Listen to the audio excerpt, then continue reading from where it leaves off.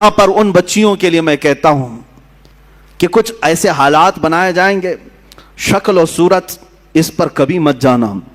فرمایا گیا کہ ایک نوجوان کی شکل میں شیطان آتا ہے، ابلیس لعین ایک خوبصورت نوجوان کی شکل میں آتا ہے عورتوں کے پاس، اچھے بال، اچھا چہرہ، اچھے کپڑے، جو اپنی طرف موہ لے۔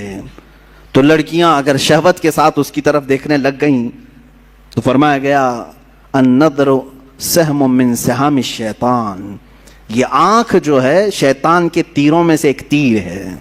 نظر جو پڑتی ہے، شہوت کے ساتھ جو نظر گئی، شیطان وہاں تیر چلا دیتا ہے۔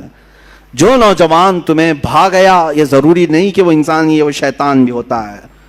شیطان کوئی لمبے سینگ والا، بڑی پونچھ والا، پر والا نہیں ہے کہ ایسی شکل میں آئے گا تب تم ڈر کے بھاگو گی۔ شیطان تو ایک اچھے نوجوان کی شکل میں بھی آتا ہے، خوبصورت لڑکوں کی شکل میں آتا ہے، اور مردوں کے پاس خوبصورت لڑکیوں کی شکل میں آتا ہے۔ جب یہ بہک جاتے ہیں، گناہ کر لیتے ہیں، تب چلا جاتا ہے، بھاگ جاتا ہے، اچھے اچھے پرہیزگاروں کی شکل میں آ جاتا ہے اور تمہارے ایمان کا سودا کرنے لگ جاتا ہے۔ میرے عزیزو، بنی اسرائیل کی وہ حکایت مجھے یاد آتی ہے جس میں اس نے ایک بڑے عابد کا تقوی بھسم کر دیا، اپنے صومعہ سے نکلتا نہیں تھا۔ صومعہ اس کو کہتے ہیں جہاں عبادت کرنے کی جگہ ہوتی تھی پہلے بنی اسرائیل میں، اس کے باہر وہ کبھی نہیں نکلتا تھا۔ 4 بھائی تھے، ایک بہن تھی قریب میں، وہ چاروں بھائی تجارت کے لیے جا رہے تھے، بہن اکیلی گھر میں تھی۔ کہا کس کے حوالے کر کے جائیں گے؟ تو اس عابد، اس پرہیزگار شخص کے پاس آئے چاروں بھائی، کہا ہم اپنی بہن کو چھوڑ جا رہے ہیں، آپ صرف خیال رکھنا، آپ نظر رکھنا۔ اس نے کہا ہاں ٹھیک ہے، وہ چلے گئے۔ نظر رکھنے والا عابد نکلتا نہیں تھا۔ ایک دن ایک بزرگ آئے، وہ بزرگ یہی ابلیس لعین ہے۔ آ کر کے اس نے دروازے پر کہا کہ تیرے بھروسے ایک نوجوان لڑکی کو چھوڑ گئے ہیں، وہ گھر میں بیچاری اکیلی پک رہی ہوتی ہے اور بہت زیادہ اکتا جاتی ہے، کبھی کبھار بات تو کر لو، سو خیریت تو پوچھو۔ یہ اپنے صومعے کے دروازے تک آیا بس، اور وہاں سے اس کو پکار کر کے کہا، وہ لڑکی اپنے دروازے پر آئی، ایک دوسرے کو دیکھا اور بات چیت کیا، خیر خیریت پوچھا، یہیں تک تھی بات۔ لیکن شیطان یہیں سے اپنے کام شروع کرتا ہے۔ اس کے بعد دوسرے دن یہ عابد اور بات چیت شروع کر دیا۔ یہاں سے یہ سلسلہ اتنا بڑا کہ اس کے اندر عبادتوں کی جو طلب تھی وہ کم ہونے لگی۔ اب یہ اپنے صومعہ سے نکل کر کے اس کے گھر بھی جانے لگا، جا کر کے گھنٹوں بات چیت کرتے رہے۔ وہ وقت بھی آیا جب اس نے اس کے ساتھ زنا بھی کر لیا، اس ایک نوجوان خاتون کے ساتھ، کیونکہ یہ شادی نہیں کرنے والا تھا، پوری قوم کے نزدیک یہ نہایت عابد ہے، پرہیزگار ہے۔ زنا ہو گیا، حمل بھی ٹھہر گیا۔ اب کیا کرے؟ نوجوان لڑکی کے ساتھ ایسے معاملات ہوئے ہیں، ڈرا۔ وہی ابلیس آیا پھر بزرگ کی شکل میں، کہا دیکھو بہت بڑا معاملہ ہو جائے گا، اگر تم یہ معلوم ہو گیا تو پوری قوم تمہارے ساتھ کیا کرے گی؟ کہا کیا کروں؟ کہا اس کا گلا دبا دو، مار دو اور دفن کر دو، گھر میں کسی کو پتہ بھی نہیں چلے گا۔ اس نے قتل کر دیا اس لڑکی کو اور دبا دیا اندر، زمین صاف کر دیا۔ جب چاروں بھائی تجارت سے واپس آئے، پوچھا کہاں ہے ہماری بہن؟ کہا وہ بیمار ہو گئی تھی، میں نے اس کو بہت علاج کیا، انتقال کر گئی، قبرستان میں دفن کیا، ایک جھوٹی قبر دکھا دیا۔ وہ روئے دھوئے، ہو گئی بات ختم۔ لیکن کیا یہیں پر سلسلہ ختم ہو جاتا ہے؟ چند دنوں کے بعد ان بھائیوں کے پاس یہ ابلیس آیا، کہا یہ عابد جھوٹ بولتا ہے، یہ جو عبادت کرنے والا مکار ہے یہ جھوٹ بولتا ہے، تمہاری بہن سے اس نے منہ کالا کیا، حمل ٹھہرا تو اس کے بعد اس نے مار کر کے یہیں گھر میں دفن کیا۔ انہوں نے کھود کر کے دیکھا تو لاش کا پرانا بقیہ مل گیا۔ اب وہ واویلا مچا کہ باہر آنے کے بعد اس کو صومعہ سے باہر کھینچا گیا، اس کے کپڑے پھاڑے گئے، اس کے بال نوچے گئے، منہ کالا کیا گیا، پورا گاؤں ٹوٹ پڑا، اس کا صومعہ توڑ ڈالے، اور اس کے بعد پھر اس کو پھانسی پر چڑھایا گیا۔ پھانسی پر جب چڑھایا گیا تب پھر ابلیس آیا، کہا کہ بہت بری حالت ہو گئی تمہاری، مجھے افسوس ہے، لیکن میں تجھے بچا سکتا ہوں، میں تجھے یہاں سے نکال سکتا ہوں، میرے پاس طاقت ہے۔ کہا کیا کرنا ہوگا بتا دے۔ اس ابلیس نے کہا بس تو یہ کہہ دے کہ تیرے لیے سجدہ جائز ہے، یعنی اپنے لیے۔ کہا کہ تم مجھے یہ سمجھ لے کہ میں آزاد کروں گا تو تم مجھے سجدہ کرے گا؟ کہا بالکل کروں گا، سجدہ کروں گا۔ کفر کر دیا، اسی وقت اس کو پھانسی پر چڑھا دیا گیا، شیطان بھاگ گیا۔ جس کی ابتدا عبادتوں سے شروع ہوئی تھی، انہی نظروں کا دھوکہ تھا کہ کفر پر موت ہو گئی۔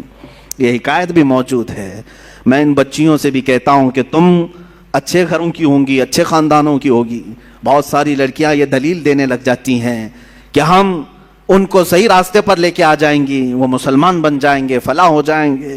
تبلیغ کا اتنا ہی شوق ہے تو مجھ سے رابطہ کریں، بہت سارے میدان ہیں، میں بھیجوں گا تبلیغ کے لیے. صرف اور صرف کسی ایک لڑکے پر یہ اس طرح کے حالات بسا اوقات ہم نے دیکھا ہے کہ تمہارا دین خطرے میں آ گیا اور کفر پر موت ہو گئی. میں ان بچیوں سے کہتا ہوں جو اپنے گھروں کی عزت کو لے کر کے نکل جاتی ہیں. آج میں اسی بات کی طرف آنا چاہتا تھا. آؤ تمہیں میں مثالی خواتین کی وہ زندگیاں بتاؤں جن کے اوپر مکہ والوں نے مظالم کے پہاڑ ڈھا دیے. کیا نہیں کیا. اس سیدہ سمیہ کو لاکھوں سلام، جن کو گھر سے گرفتار کر کے مکہ کے کافروں نے بیچ بازار میں لایا اور گھوڑے کی ٹانگوں سے باندھ دیا. کہا سمیہ چھوڑ دے اپنے دین کو. اگر خواہشات ان عورتوں کے دلوں میں بھی ہوتی تو چھوڑ دیتی.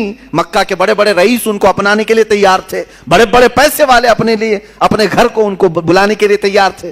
سیدہ سمیہ اس وقت بھی احد احد کہتی رہی، میرا اللہ ایک ہے، میرا اللہ ایک ہے، اس کے علاوہ میں کسی بات کا اقرار نہیں کروں گی.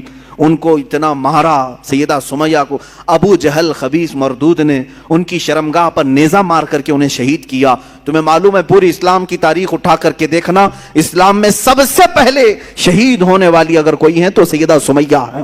وہ عورت ہے جنہوں نے جان پیش کر دیا، دین نہیں دیا، دین نہیں بیچا. حضرت فقیہہ، حضرت نہدیہ، حضرت زنیرہ، یہ وہ صحابیات ہیں جو باندیاں تھیں یا غلام تھیں لیکن بہت ماری گئی ہیں، بہت تکلیف اٹھائی گئی. اب تک تم حضرت بلال حبشی کا ہی سنتے رہے نا، حضرت خباب کا سنتے رہے، حضرت نہدیہ کا سنو، حضرت زنیرہ کا سنو، حضرت فقیہہ. ایک ایسی صحابیاں ہیں جن کو خود حضرت عمر مارتے تھے ایمان لانے سے پہلے. اتنا مارتے تھے کہ تھک جاتے تھے اور بیٹھ کر کے کہتے کہ میں تجھے اس لیے نہیں چھوڑا ہوں کہ تجھ پر رحم آ گیا، اس لیے چھوڑا ہوں کہ میں تھک گیا ہوں. حضرت فقیہہ اس وقت بھی کہتی، عمر اگر تو ایمان نہیں لائے گا تو پھر تجھے ہر مار کے بدلے اللہ کی بارگاہ میں جواب دینا پڑے گا، اور اگر تو ایمان لے آتا ہے تو یہ مجھ پر جتنے مار مارا ہے سب معاف ہو جائیں گے. اس وقت کہتی تھی حضرت فقیہہ، کون عورت ہے جو مار کھانے کے بعد یہ کہے کہ تو ایمان لے آ جا؟ کون ہے؟ یہ ایک باندی تھی حضرت فقیہہ.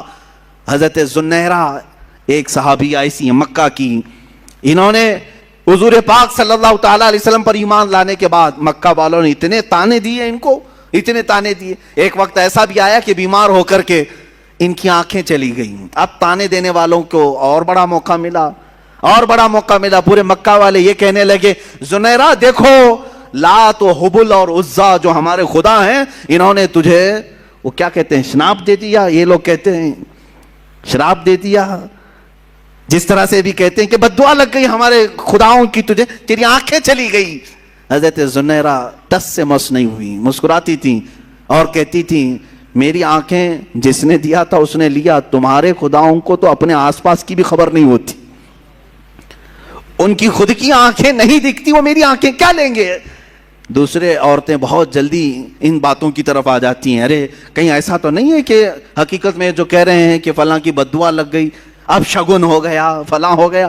ان کی آنکھیں چلی گئی تھی تب بھی وہ ایمان پر قائم تھی. یہاں بچے رونے لگ جائیں، 3-4 دن ستانے لگ جائیں تو آ جاتے ہیں. کہا کہ حضرت ہم نے سنا ہے کہ اس کا نام کوئی سخت ہو گیا ہے، اس کی وجہ سے یہ ایسا ستا رہا ہے، پریشان کر رہا ہے. پوچھا نام کیا ہے؟ کہا حسین ہے.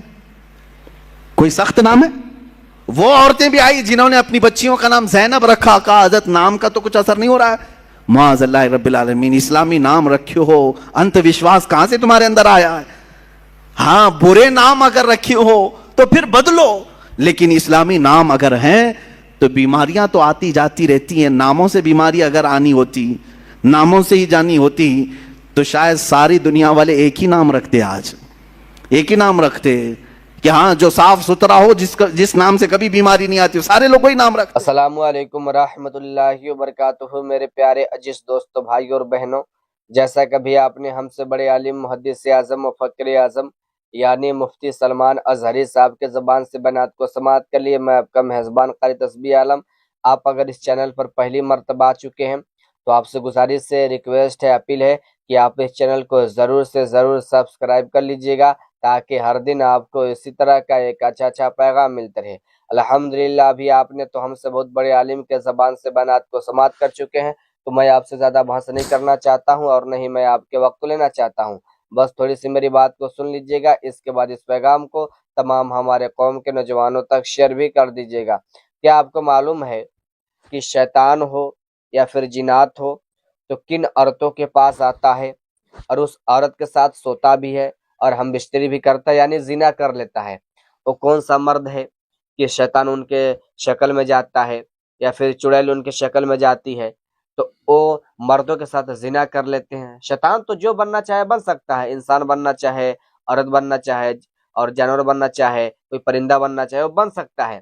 تو دیکھیں جو شیطان ہوتے ہیں نا، عورتوں کے پاس مرد بن کر جائے گا زنا کرنے کے لیے، گناہ کرانے کے لیے، گناہ کر کے پھر ہٹ جائے گا۔ اور شیطان کیا کرتا ہے کہ مردوں کے پاس جائے گا عورت بن کے، اسے زنا کرا لے گا، گناہ کرا لے گا، اس کو بھٹکا لے گا، اپنی طرف مائل کر لے گا، اس کے بعد وہ چلا جائے گا۔ تو اس کے حوالے سے یہ سب ڈیٹیل انفارمیشن مفتی سلمان اظہری صاحب نے آپ کو دے دیے۔ تو بہت سارے ہمارے بھائیوں کے سوال تھا کہ کن عورتوں سے شیطان زنا کرتا ہے، ہم بستری کر لیتا ہے، اس کے ساتھ سوتا ہے، وہ کون سی عورتیں، اس کی نشانی کیا ہے؟ تو اس کے حوالے سے سب ڈیٹیل انفارمیشن دے دیے۔ تو اگر آپ ان کاموں سے بچنا چاہتے ہیں، شیطان سے دور رہنا چاہتے ہیں، تو آپ ہمیشہ باوضو رہیے، یعنی وضو بنا کر رہیے، کلمہ درود پڑھتے رہیے، قرآن کی تلاوت کیجیے، 5 وقت نماز پڑھیے، انشاءاللہ تعالیٰ آپ کے ذہن میں یا پھر آپ کے پاس شیطان کبھی بھی نہیں آئے گا۔ تو مجھے بحث کرنے کا کوئی فائدہ نہیں ہے اور نہیں میں آپ کے وقت لینا چاہتا ہوں، اس لیے کہ آپ نے ہم سے بہت بڑے عالم کے زبان سے بیانات کو سماعت کر چکے۔ تو اس کے حوالے سے ریلیٹڈ ویڈیو کافی اچھا آپ کو پسند آیا ہوگا، تو اس پیغام کو تمام خواتینوں تک شیئر کر دیں تاکہ وہ کون سا غلطیاں کر لیتے ہیں، تاکہ ان کے ساتھ شیطان سو لیتا ہے، زنا بھی کر لیتا ہے، ہم بستری بھی کر لیتا ہے، گناہ بھی کرا لیتا ہے، تو یہ کاموں سے بچیں گے اس بیان کو سننے کے بعد۔ چلیے پھر اگلے ویڈیو میں ملتا ہے، خدا حافظ، دعا میں یاد رکھیے گا، ویڈیو کو آپ کی نیت سے شیئر کر دیں تمام خواتینوں تک۔